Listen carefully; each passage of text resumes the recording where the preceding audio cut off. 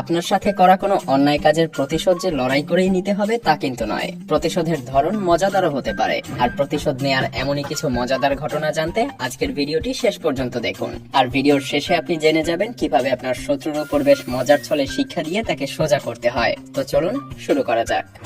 দুষ্ট প্রতিবেশী। কখনো কি উপরতলার প্রতিবেশীদের করা শব্দে বিরক্ত হয়েছেন?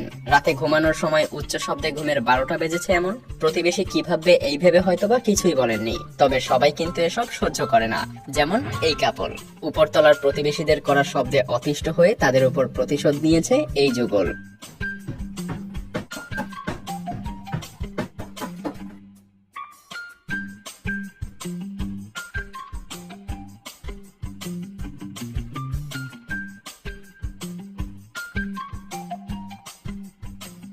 নিশ্চয়ই এবার উপরতলার লোকেরা বুঝতে পারছে মাঝরাতে অযথা শব্দ কেমন লাগে। এই ব্যক্তিদের নাম ম্যাট ও ব্রায়েন। তিনি একজন কানাডীয় কমেডিয়ান। তিনি উপরতলার করা প্রতিবেশীদের শব্দে অতিষ্ঠ হয়ে তার ব্লুটুথ স্পিকারই হ্যাক করে ফেলে, আর তারপর বিরক্তিকর গান প্লে করে নিজের ঘুমের 12টা বাজানোর প্রতিশোধ নেন।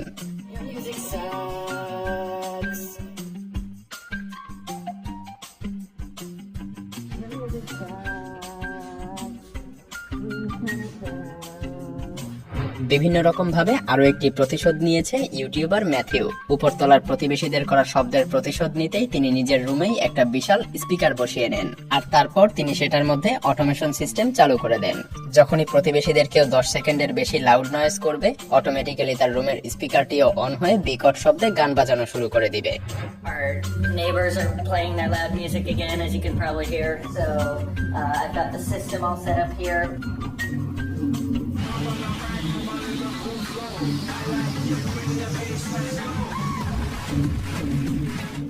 Cute colleague. রাস্তায় হঠাৎ একটা চাবি খুঁজে পেয়ে তাতে কারো নাম্বার লেখা দিলে আপনি কি করবেন? নিশ্চয়ই ওই নাম্বারে কল দিয়ে চাবির মালিককে সেটা ফেরত দিতে চাইবেন, তাই না? রাস্তায় এমন একটা চাবি পেয়ে জেফ নামের এক ব্যক্তিকে কল দিয়েছিল এমিলি ম্যাকার্ড, কিন্তু জেফ সেই কল পেয়ে মোটেও খুশি ছিল না, বরং তিনি বিরক্ত হয়ে আরো রাগে ফেটে পড়েন। ভাবছেন হারানো চাবি খুঁজে পেলে তো তার খুশি হবার কথা, তাহলে রাগ হলো কেন? মজার ব্যাপার হলো এমিলি যে চাবিটি পেয়েছিল তা ছিল একটা নকল চাবি, আর জেফ নামের ওই লোকের উপর প্রতিশোধ নিতেই কেউ একজন কতগুলো ফেক চাবি বানিয়ে তার উপর জেফের নাম আর নাম্বার লিখে বিভিন্ন জায়গায় ফেলে রেখেছিল।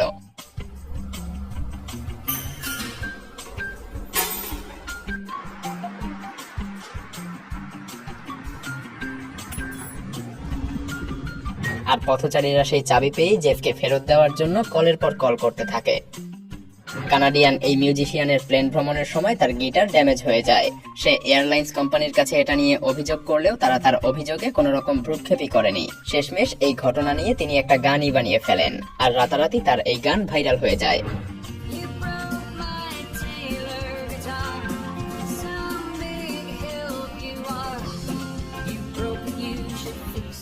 ফলাফল, সেই এয়ারলাইন্স কোম্পানি প্রায় 10% শেয়ার হারায়, যার মূল্য ছিল $180 মিলিয়ন। গেট রক। নর্থ ক্যালিফোর্নিয়ায় বাস করা মানুষেরা পার্টি করতে বেশ পছন্দ করে। নরমালি প্রতিবেশীরা পার্টি করলেও ব্যাপারটা নিয়ে তেমন কেউ অভিযোগ করে না, কিন্তু সবাই তো একরকম হয় না, এবং মোনালিসা সগার তাদের মধ্যে প্রথম ক্যাটাগরির একজন। তার প্রতিবেশী স্টুডেন্টরা সারা রাত ধরে পার্টি করলেও তিনি কিছুই মনে করেন না, কিন্তু হঠাৎ একদিন তিনি সকালে উঠে দেখতে পান কেউ একজন বিশাল একটা পাথর এনে তার গাড়ির সামনে রেখে দিয়েছে। তিনি বুঝতে পারেন সেই প্রতিবেশী স্টুডেন্টরাই তাকে বিরক্ত করতে এমন কাজ করেছে, আর তিনিও সেই কাজের প্রতিশোধ নিতে দারুণ একটা উপায় খুঁজে বের করেন। সারা রাত পার্টি করার পরে সকালে যখন তার প্রতিবেশীরা গভীর ঘুমে, তিনি তখন পাথর ভাঙার জন্য অনেক শব্দ করে একটা ড্রিল মেশিন নিয়ে আসেন, আর সেই ড্রিল মেশিন দিয়ে জোরে জোরে শব্দ করে পাথর ভাঙা শুরু করেন। টানা 4 ঘন্টা লেগে যায় পাথরটা ড্রিল মেশিন দিয়ে ছোট ছোট টুকরো করতে, আর এই 4 ঘন্টা ধরে চলা বিকট শব্দ নিশ্চিতভাবে ঘুমন্ত প্রতিবেশীদের ঘুমের 12টা বাজিয়েছে। ময়লা ফেলার প্রতিশোধ। রেডিট ইউজার ডোনাল্ড ক্রাউড পেনসিলভেনিয়ায় তার বাড়িতে বেশ শান্তিতেই বসবাস করছিলেন, কিন্তু তার শান্তি হাওয়ায় মিলিয়ে যায় যখন পাশের বাসায় নতুন প্রতিবেশী আসে, যে ছিল প্রচন্ড নোংরা এক মহিলা। সেই মহিলা 9 মাসের প্রেগনেন্ট থাকা সত্ত্বেও সিগারেট খেত, অনেক শব্দে গান বাজাতো, আর নিজের ময়লা ঠিকঠাক ভাবে ফেলতো না। সেখানকার নিয়ম অনুযায়ী সবার ময়লার প্যাকেট কেবলমাত্র বেগুনি রঙের একটা প্যাকেটে রাখলেই ময়লা সংগ্রহকারী তা এসে নিয়ে যাবে, কিন্তু বেগুনি রঙের সেই পলিথিনের টাকা বাঁচাতেই সুজি নামের ডোনাটের সেই প্রতিবেশী তার নিজের ময়লার ব্যাগ ডোনাট ডোনাটের উঠানেই রাখতো, আর বাধ্য হয়েই ডোনাটকে এক্সট্রা টাকা খরচ করে বেগুনি রঙের পলিথিন কিনে তা প্যাক করে ময়লা সংগ্রহকারীদেরকে দিতে হতো। এসব নিয়ে পুলিশের কাছে কমপ্লেইন করে কোনো সমাধান না পেয়ে শেষমেশ ডোনাটই একটা স্টেপ নিয়ে নেয়। সে জানতো তার পাশের বাসার সেই মহিলা ভাড়া থাকে, তাই সে ওই বাড়ির মালিককে কল দিয়ে পুরো বাড়িটি বেশি দাম দিয়ে কিনে নেয়, আর কেনা শেষে ওই মহিলাকে নোটিশ দেখিয়ে রীতিমতো বাড়ি থেকে বের করে দেয়। এর থেকে দারুণ প্রতিশোধ আর কি হতে পারে। গাড়ি পার্কিং।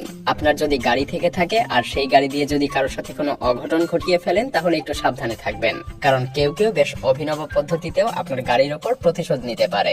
যেমন ধরুন এই গাড়িটি পার্কিং স্পেসে একাই দুটো গাড়ির জায়গা নিয়ে পার্ক করায় কেউ সেটা মোটেও পছন্দ করেনি, তাই বিশাল একটা ডাস্টবিনের সাথে পুরো গাড়িটিকে পলিথিন দিয়ে মুড়িয়ে দিয়েছে।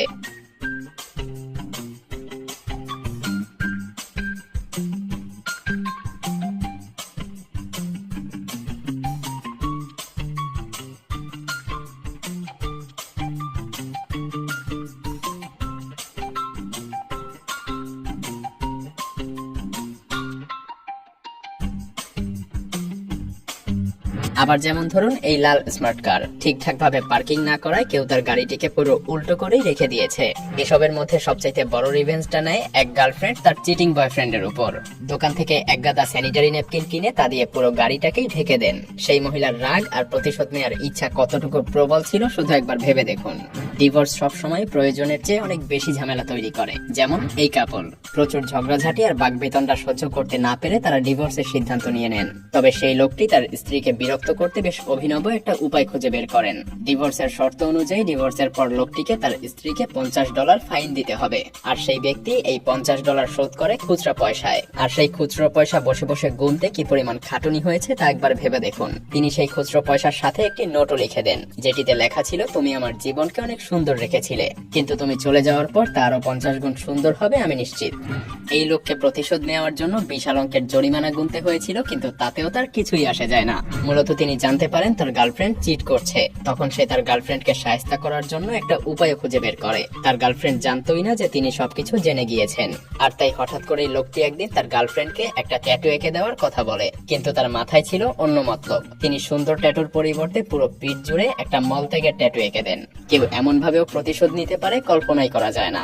ভিডিওটি ভালো লাগলে শেয়ার করতে পারেন, এবং আপনি যদি এমনই রহস্য, রোমাঞ্চ, আনকমন আর ইন্টারেস্টিং ভিডিও দেখতে পছন্দ করেন সাবস্ক্রাইব করুন এবং পাশে রাখা বেল আইকনটি প্রেস করুন। তো দেখা হচ্ছে আগামী এপিসোডে, ততক্ষণ পর্যন্ত ভালো থাকবেন। ধন্যবাদ।